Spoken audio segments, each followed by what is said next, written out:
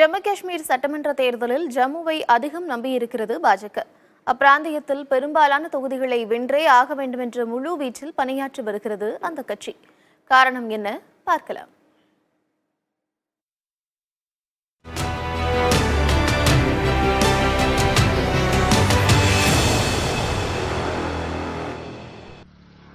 ஜம்மு காஷ்மீர் சட்டசபையில் மொத்தம் 90 தொகுதிகள் உள்ளன. இதில் 47 தொகுதிகள் காஷ்மீர் பள்ளத்தாக்கு பகுதியில் அமைந்துள்ளன. 43 தொகுதிகள் ஜம்மு பிராந்தியத்தில் அமைந்துள்ளன. காஷ்மீர் பள்ளத்தாக்கு பகுதியில் பாரதிய ஜனதா கட்சிக்கு பெரிய அளவில் ஆதரவு இல்லை. கடந்த நாடாளுமன்ற தேர்தலில் காஷ்மீர் பள்ளத்தாக்கு பகுதியில் உள்ள 3 மக்களவைத் தொகுதிகளில் ஒன்றில் கூட அக்கட்சி போட்டியிடவில்லை. தற்போது அப்பகுதியில் உள்ள 47 சட்டமன்ற தொகுதிகளில் வெறும் 19 தொகுதிகளில் மட்டுமே பாரதிய ஜனதா கட்சி களம் காண்கிறது. எனவே பாரதிய ஜனதா கட்சி ஜம்மு பிராந்தியத்தையே முழுமையாக நம்பியிருக்கிறது. 10 வருடங்களுக்கு முன்னர் நடைபெற்ற சட்டமன்ற தேர்தலில் ஜம்முவில் அதிக இடங்களை பாரதிய ஜனதா கட்சி கைப்பற்றியது. இதன் காரணமாக மெஹபூபா முப்தியின் மக்கள் ஜனநாயக கட்சியின் ஆட்சியில் பாரதிய ஜனதா கட்சி அங்கம் வகித்தது. எனவே இந்த முறை ஜம்முவில் உள்ள 43 தொகுதிகளில் 40ஐயாவது கைப்பற்றி ஜம்மு காஷ்மீரில் தங்களை நிலைநிறுத்திக் கொள்ள வேண்டுமென பாரதிய ஜனதா கட்சி விரும்புகிறது. எனவே அதற்கான பணிகளை தீவிரமாக மேற்கொண்டு வருகிறது. சட்டப்பிரிவு 370 நீக்கப்பட்டது ஜம்முவில் பாரதிய ஜனதா கட்சியின் செல்வாக்கை அதிகரிக்கும் என கட்சியின் தலைவர்கள் கருதுகிறார்கள்.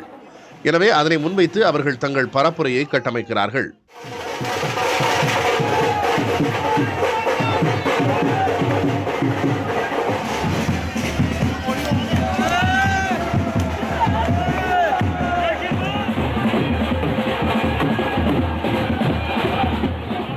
பாரதிய ஜனதா கட்சி அளவிற்கு காங்கிரசுக்கு காஷ்மீர் பள்ளத்தாக்கு பகுதியில் எதிர்ப்பு இல்லை எனவும் அங்கு தேசிய மாநாட்டு கட்சி வலுவாக உள்ளதாகவும் கருதப்படுகிறது.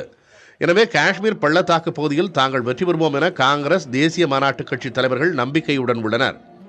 அதேபோல் தேசிய மாநாட்டு கட்சிக்கு ஜம்முவில் ஓரளவிற்கு ஆதரவு உள்ளதால் அங்கும் தங்களுக்கு வெற்றி வாய்ப்பு இருக்கிறது என இரு கட்சி தலைவர்களும் கருதுகின்றனர்.